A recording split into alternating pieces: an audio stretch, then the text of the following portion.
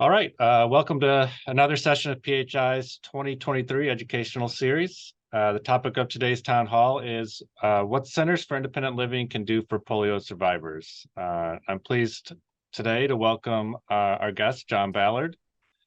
Just a little bit about him. John has been involved in the independent living movement since 1971. He has served as executive director of Tri-County Independent Living Center in Akron, Ohio since 2017. Prior to that, he co-founded Ardmore, which is Ohio's first independent living program, assisting persons with intellectual disabilities to transition from institutions to live successfully in their communities. And he continues to serve on its board of directors.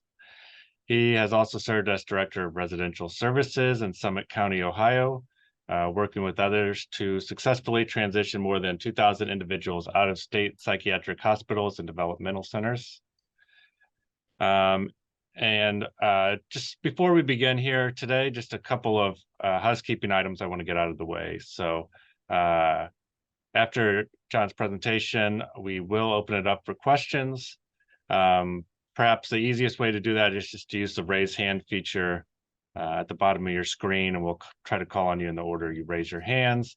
There's also the Q&A box feature that you may use as well.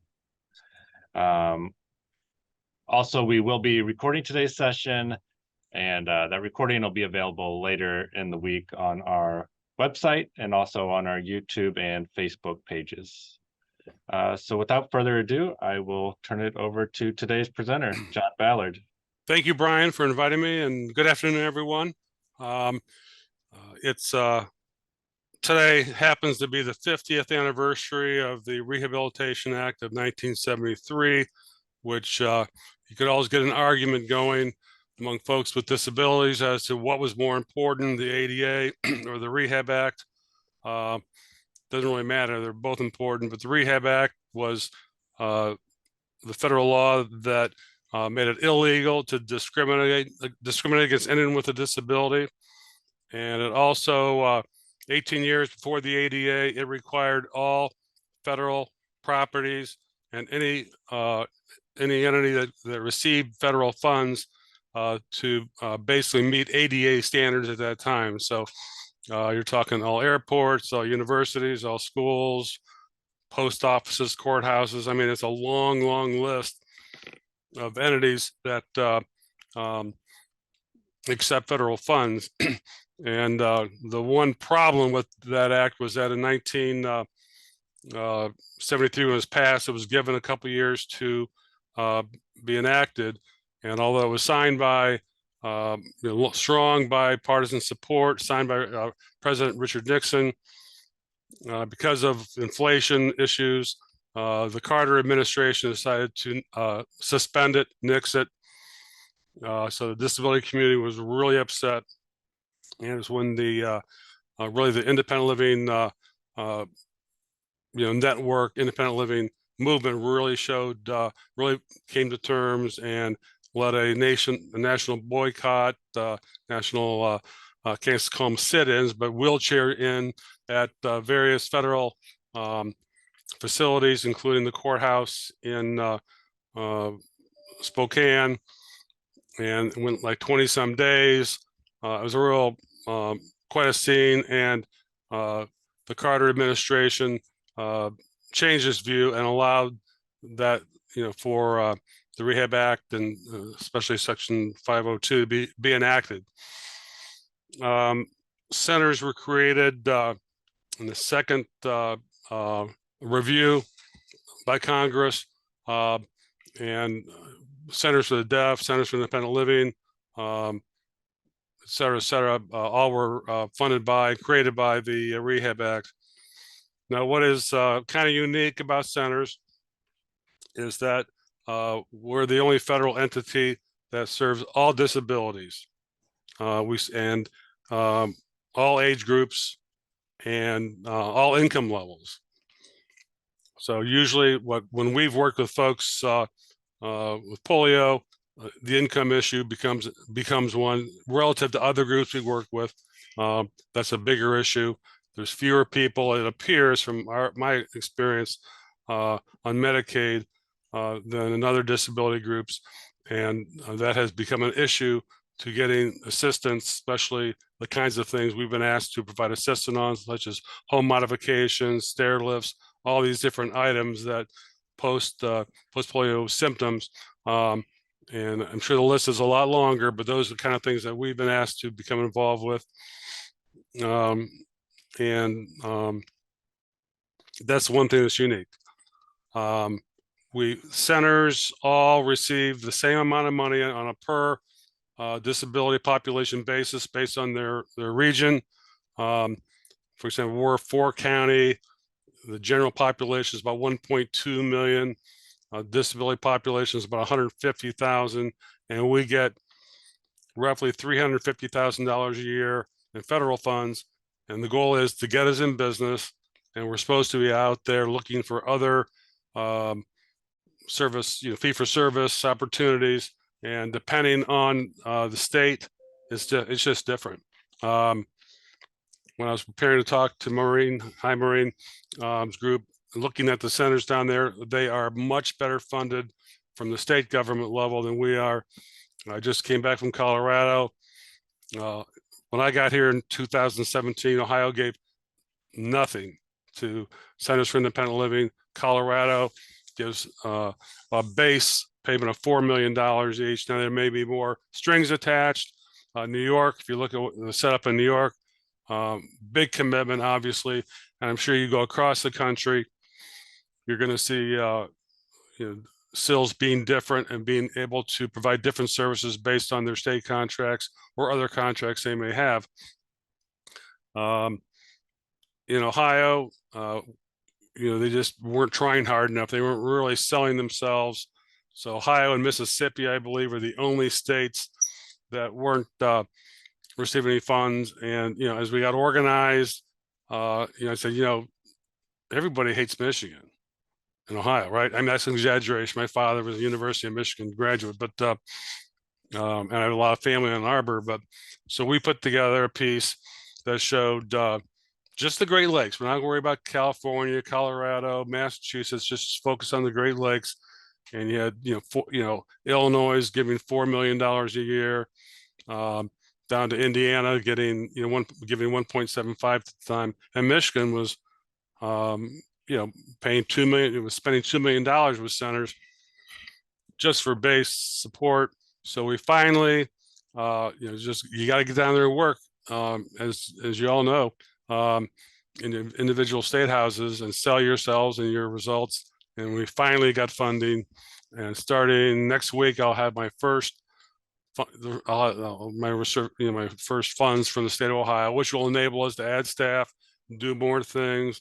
And, we're going to be using some of that money for staff, some of it for home mods, because that's just a huge issue right now, facing individuals with almost any disability.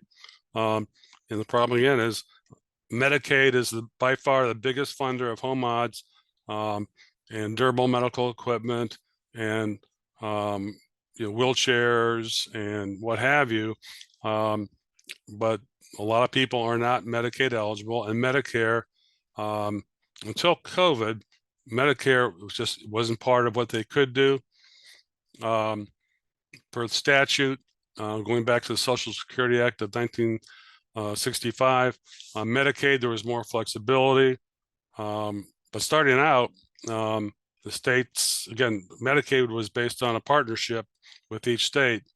And after 5 years, in 1970, there was 48 states sitting on the sidelines with Missouri saying, show me. Only one state after 5 years had got involved with Medicaid, and that was Massachusetts, because of the unknowns of what the costs were going to be. And like Ohio, very low. That's how you get elected in Ohio, is promising lower and lower taxes, but you can only go so low. And so eventually, Medicaid was able to sit down with the states, find out what they wanted, what they needed, and create a partnership based on mutual self-interest. And one of the things that has really developed since then is home and community-based services, which pays for all kinds of things, different in every state. One of the conferences I try to go to every year is called Advancing States. It's usually in Baltimore because that's where Medicaid or CMS is located. And you go there, and it's incredible what different states have done to address different issues. So it's a rural learning experience for us to see, okay, what could we do in Ohio? Getting back to just what we do, again, the question of what SILS can do for you is what we're going to talk about mostly today. Every center in the country is required to provide independent skills training, peer mentoring, which is something you guys are really good at, institutional transitions, moving folks out of institutions, primarily nursing homes these days, back into the community, creating, obtaining the wraparound services they need. And this is really the payback to the taxpayer and to Congress. We're really good at it. We've been doing it for years. There's all these resources out there. And those same resources can help people remain in the community and not end up in a nursing home for years. The third item is advocacy, both personal and systemic. We're the prime advocates for persons with any disability. Again, we fight individual fights with people. And the goal is really self-advocacy training, helping them to do that. But there's some big issues out there, bigger than just us. We work a lot with other disability groups to get issues addressed that help everyone.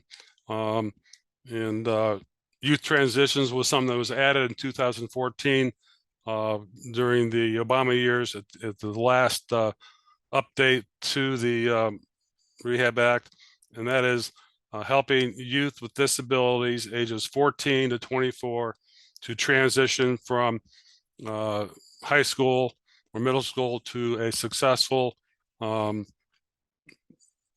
post-secondary life. This is the hardest thing we've ever been asked to do, because these kids that we're assigned are all out of work, out of school, and whether they just got frustrated, bullied, they just weren't learning. And we try to, we work with referrals mostly, but we do pre-employment transition services in the school. So we're out there working with them. And we're also, for our region, in charge of the Youth Leadership Forum. We meet kids there.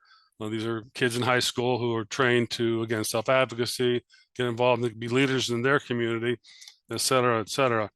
But the biggest thing we hear about, the referrals we get, is the need for home modifications, equipment, wheelchairs, what have you. The home mods is the big thing. And this year we went to try to get $1 million from the state. And the problem was, and we were trying to get $1 million in operating for the first time. And the House of Representatives in Columbus gave us the $1 million in home mods.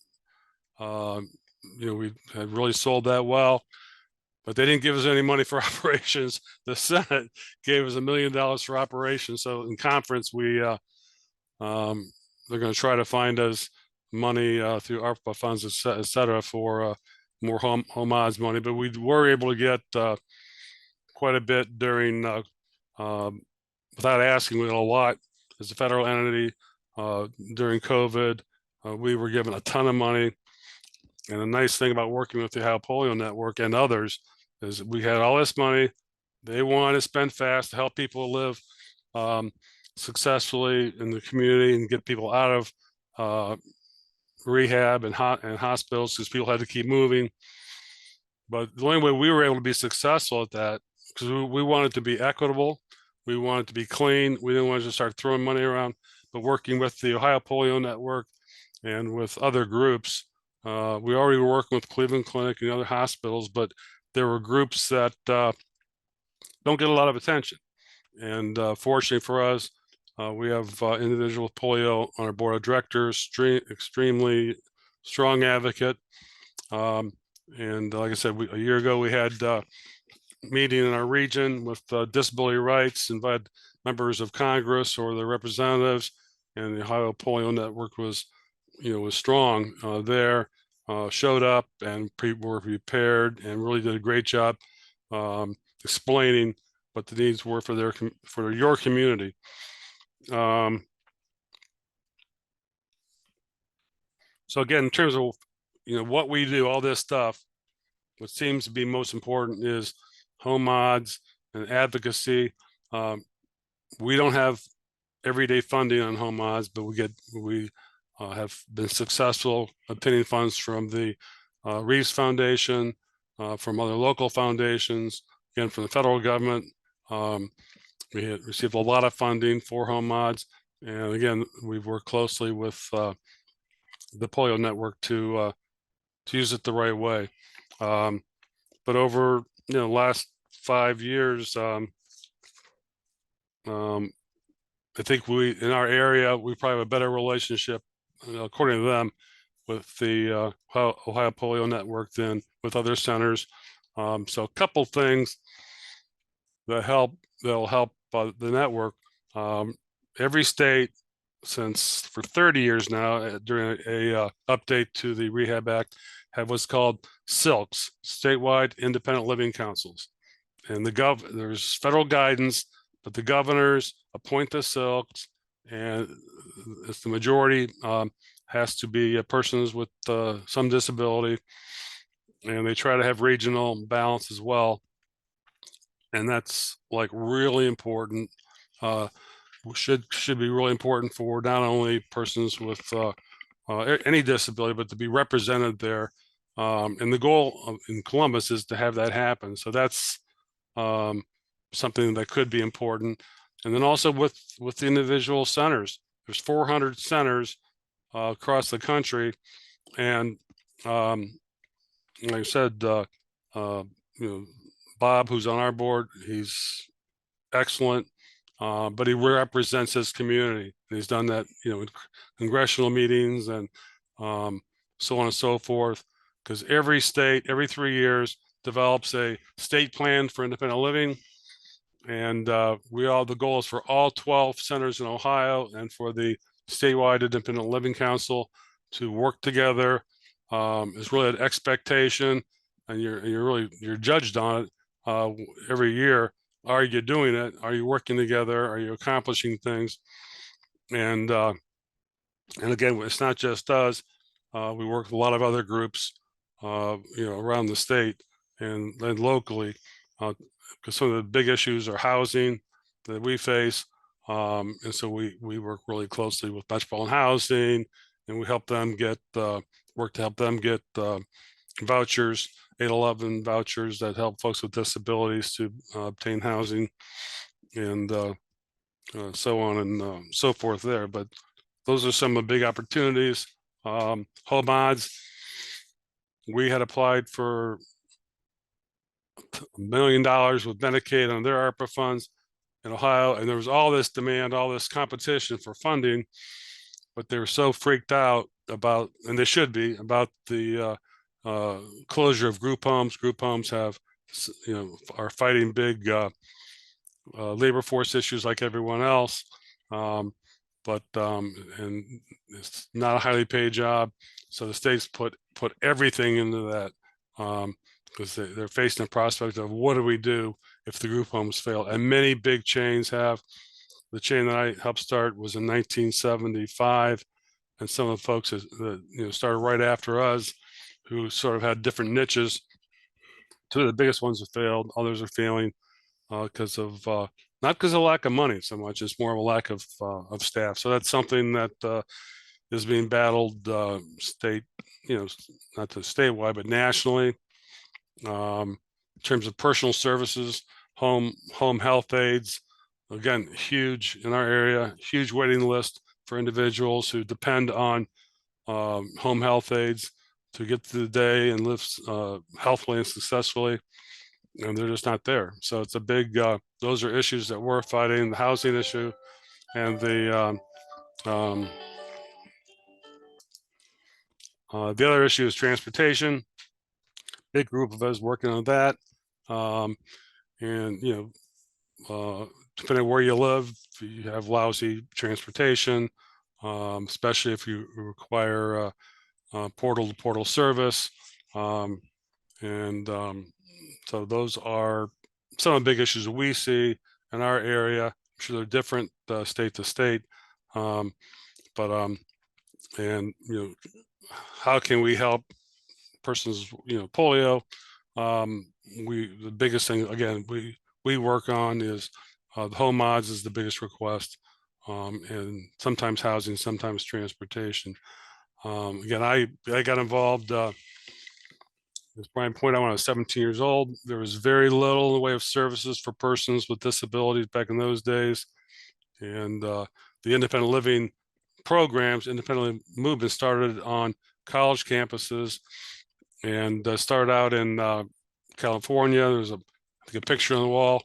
Ed Roberts is the founder of the independent living movement. He is, a lot of people say that he's the reason we have centers. He's the reason we had a lot of ADA, et cetera. He was, born in 1939, contracted polio in 1953. He was one of the 1% where his spinal column became affected. He spent 18 months, between polio center and hospital, and came out of all that with a 700-pound lung, I'm losing my memory here, iron lung and a feeding tube. And he was someone that a lot of people just sort of, washed, said he's not going to amount to anything. He spent 6 years going to high school through a dedicated phone line that his mother pretty much forced the Board of Education. When he graduated from high school, they were going to withhold his diploma because he failed to take, driver's ed. That was one of his first fights he had to get his diploma. I mean, how ridiculous is that? And he applied to the University of California, and the Rehabilitation Services Commission said, you will never work a day in your life with your serious disabilities. And they refused at first to help him at all. Again, he fought, his mom fought. He finally got funding. He was the first person in California to attend university with a wheelchair. When he showed up, they said, well, gee, we don't have anywhere for you to live. He said, well, my name's not Jesus. You're not going to put me, in the barn out there. But they ended up creating a place in the university hospital, and eventually 3 other quadriplegics joined them. And that's where they sat around thinking about, okay, right now the odds are 100% we're going to end up in a nursing home or some kind of institution. And they, working together, came up with this idea of centers for independent living, and every state having disability rights organizations, et cetera, and it really started there and spread. They didn't have any funding at that time, but it spread all over California, then Phoenix and Denver. Students working together, peer support, et cetera. And they eventually end up at the University of Akron in 1971. And as a community service, they decided to create a chore program for individuals in the community. And they recruited two of us who were involved with Youth Corps, which was AmeriCorps back then for high school kids. And that's how I got involved. I was one of those two. And the thing just grew. But the first guy we were signed to provide services for was an individual in the community with polio who lived in a disability ghetto. And our job was just to do short services, but we noticed he spent a lot of time panhandling, and it was for protection. There's a lot of protection rackets in these disability ghettos back then. And if you had a physical disability, you were easy target. So that's when we first got involved with advocacy and fighting for people and getting rid of Mr. Clean, who was taking advantage of people or beating them otherwise. So really, in a nutshell, I mean, I could go on about Centers for Independent Living, but I'd like to give you an address of ilru.org, ilru.org. And when you get into that, that's independent living research utilization. The left column gives you contact information, how to, there's a map, click on the state, and it'll show all the centers in your area. But I'd kind of like to, I could go on and answer a lot of questions you don't really have. I'd rather open it up to questions and fill in the blanks where I can. All right. Thank you very much, John. Appreciate it. Like I said, again, if you have questions, there's a little raise hand feature at the bottom of your screen. And then we will open up your mic and allow you to ask your question. We also have the question and answer feature down there, and a couple of you have already typed some comments in there. And so you can use that as well. Yeah,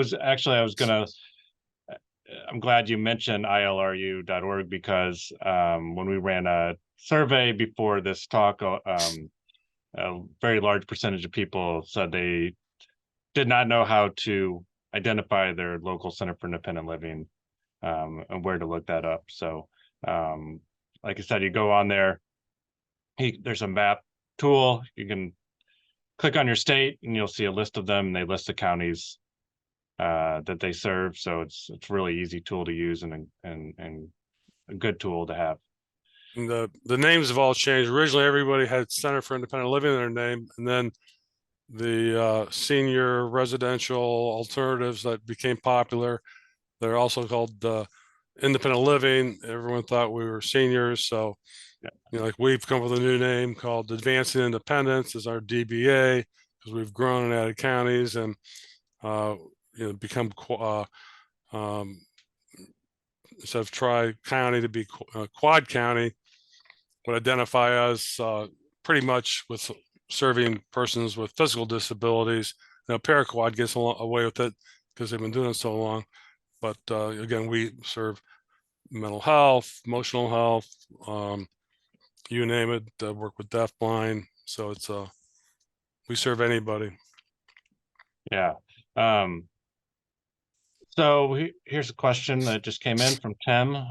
He asks, what is the difference between a SIL and an area agency on aging? So area agencies on aging were created out, Congress created them, and their mandate has changed a lot, but they are focused on helping individuals who are 60 and above and who are on Medicaid. So big frustration is if you're on Medicare and you want passport services, you need, and they have great array of services, but qualifying is the issue.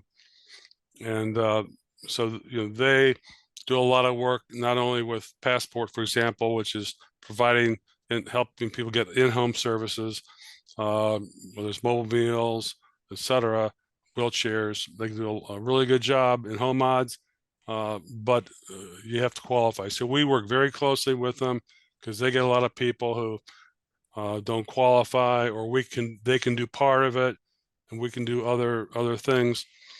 So we work together extremely closely with them. So that'd be the big differences: age and Medicaid. Mm-hmm.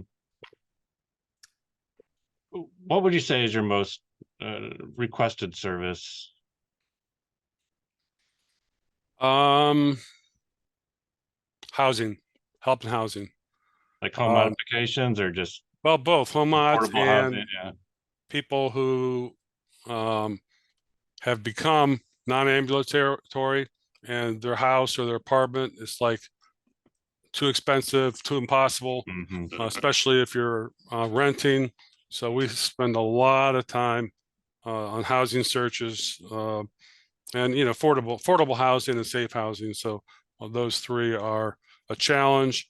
But again, years of experience. I have people that they know where everything's at, and they know who to call, and so we're pretty successful helping people there. But sometimes it's tough. Yeah. Mm-hmm. Yeah. What about like vehicle modifications? Do you ever assist with that, or where can people go for help with that?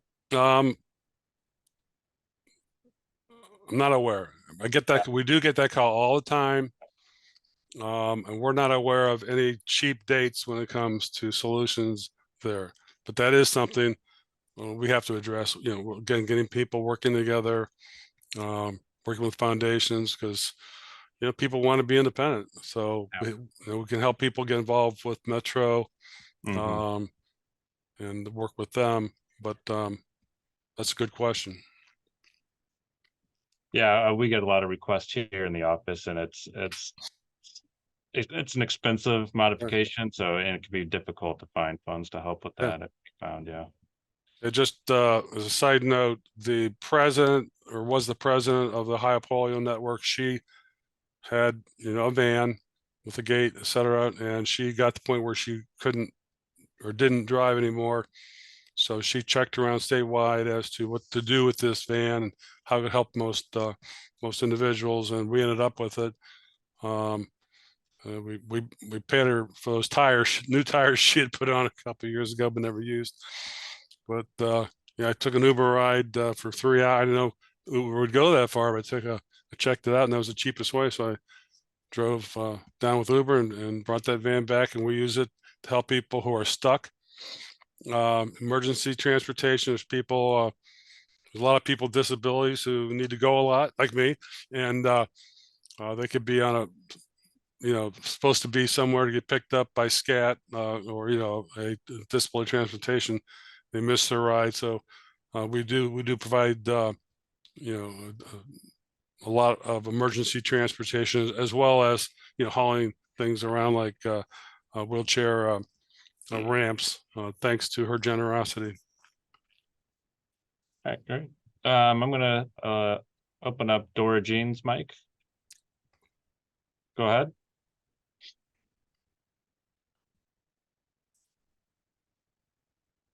You have to She has to unmute click it. yourself. Yeah, I think she's still muted.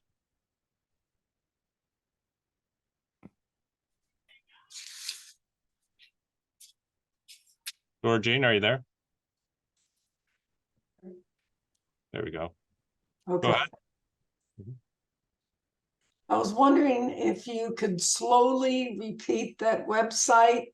I know Yes. it started with an I, but it's kind of hard to hear it on the computer. Yeah, If you.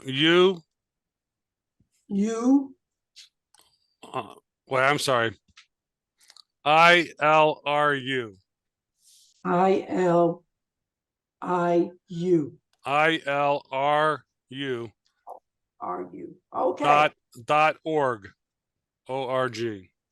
ILRU.org. Thank you. Thank you. Thank you. All right, Maureen, are you there? I am. Thank you for having my question. Good seeing John Ballard again. And this is another awesome presentation. And so my question is this. I had a gal, I don't know where she came from, called me from Oregon. She wants to come live here in Florida, near me, mind you.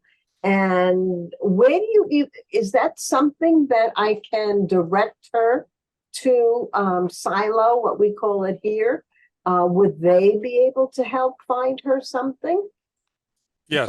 To live like a senior living type of place?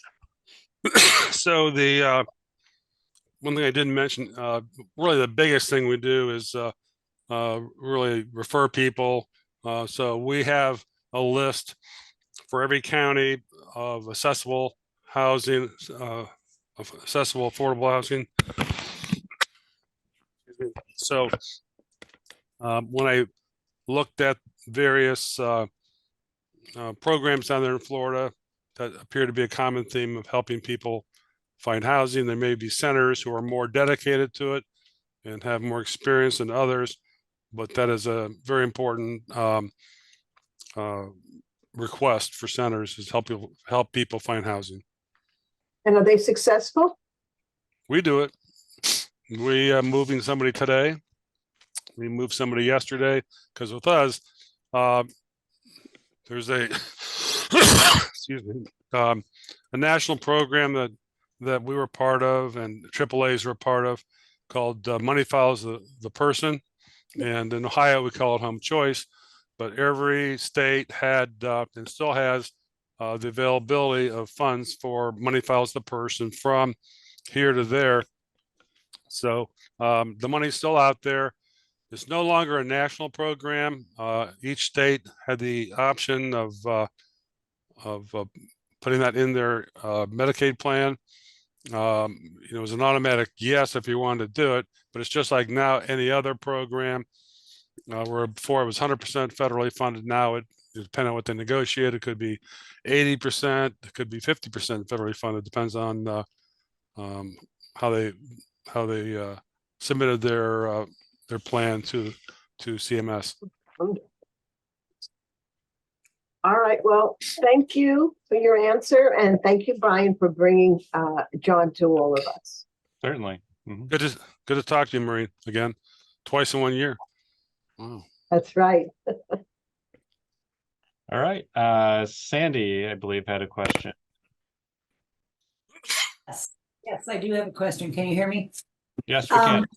Okay, I got interrupted. I apologize, and you may have answered this question already. But every time I look for services, whether it's, I don't have Medicaid, but I do have Medicare. And trust me, I am not a wealthy person, but I'm almost 80 and I still work. So I have income and I have property. But every time I ask for, I don't know, a recommendation for something or some service, I get told I make too much money or I have too Right. much assets or whatever. And we're the only ones that won't tell you that. We just don't have, Okay, so that we don't have Medicaid. We don't have all that money that Medicare or Medicaid has. But with Medicare, it's big complaint. Gee, why won't they pay for this? But if I was on Medicaid, I can get anything. And that's pretty much true. You can almost get anything except maybe a vehicle with Medicaid. And that is what we've definitely noticed with, working with individuals with polio, is that generally, it's like my neighbor growing up. He had polio, other kids made fun of him. The guy was extremely successful business person, made a lot of money, ended up moving and building a lot nicer house in a different neighborhood. But the guy was a big success, who just happened to have a disability. Okay, because for instance, I just, came through an evaluation at a rehab center in Downey, and they told me that I only have 15% of my muscle left, which means I'm on the decline quickly. And so I'm trying to plan ahead. Right now, I do live independent, but I'm thinking there may come a time when I can't. So I've been looking at housing options in my area, and it's all based on income. So I will contact this organization, your organization, and see if I can't get some. Yeah. All I want is referrals. I'm not Yeah. even asking for money necessarily, but referrals. Okay, thank you very much. Yeah, there's a lot of housing. I mean, HUD is not building a lot of housing these days, but they are providing vouchers and they're providing tax incentives to the private industry. So Right. there's a lot of senior housing, and sometimes it's a mix of senior and disability percentage wise. Could be Vietnam vets. There's sort of a whole number of things that, developers have to look at, and what the finance authority is looking for in that particular state. And so most housing has been tax credit housing, and it's some great housing. And I mean, Okay. there's options out there, and it's usually 30% of your income. Okay. Well, I thank you for that. My kids want me to live with them, and that ain't going to happen. So I'm just looking ahead. I hope my kids want me. Thank you again. We just got back from Colorado visiting my one daughter who just turned 30, and she's the type that'll probably want to help us, but I don't know. I don't want to be Sandy in that position either. So, but again, last week I was out looking at a home with an individual with polio, looking at the different obstacles. He said the same thing. I'm in decline. I need to modify my house. What ideas do you have for getting equipment? And we are fortunate. We also have a grant from the county, one of the counties, to provide DME, so that aims towards help, ensuring people don't fall, like grab bars, etc. Bathtub equipment. And right now, this afternoon, I was looking for the right the right, DME for the shower. So he's looking ahead too. All right. Karen has a question. She typed in here. I think she's asking if independent living centers, I think, will help parents with a child with a disability with home modifications. We do. Yeah. We have, but what we operate is a loan closet, and we collect all this equipment, and a lot of it's aimed children, and we work with our children's hospital and work together on trying to address those issues, and we've been pretty successful. Sometimes it's grant funds, sometimes it's just stuff that we've been able to collect. Yeah, great. And Margaret asked if you represent a specific state or help folks nationwide. You talked a little bit about the structure of facilities. Yeah, I'm four counties, but I'm part of the Ohio network. Yeah. We work together, and I'll help anybody in any county as long as I'm not stepping on toes. So I always ask permission if I get a request. I check with the director to, and they do the same thing. And if they have a relationship with somebody who's moved, I don't care what, they can help anybody they want. I'm fine with that.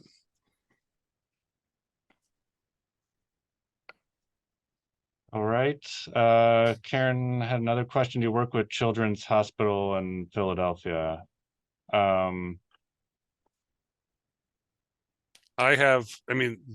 Hospitals are our biggest referral source. Yeah. Day in and day out. And I don't work in Philadelphia. I work with Children's Hospital in Akron. That's pretty well known. I work with the Cleveland Clinic children's unit, and there's a couple others. Right. Okay. Let's see, does anyone else have any questions? Go ahead and raise your hand.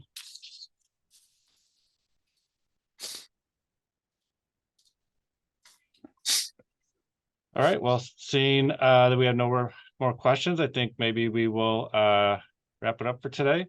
I want to once again thank our guest, John Ballard, for joining us today. I think it's a very informative talk, and we appreciate you donating your time and expertise. And I also want to thank all of you for joining us. If you'd like to support PHI and programs like this, you can go to PHI's website, which is post-polio.org, and click on the donate button to support programs like this. Again, I want to thank everyone, and hope you have a wonderful rest of your day. Thank you, Brian, and you guys do a great job. Peer support is so important, and you guys do a great job of that. All right, thank you.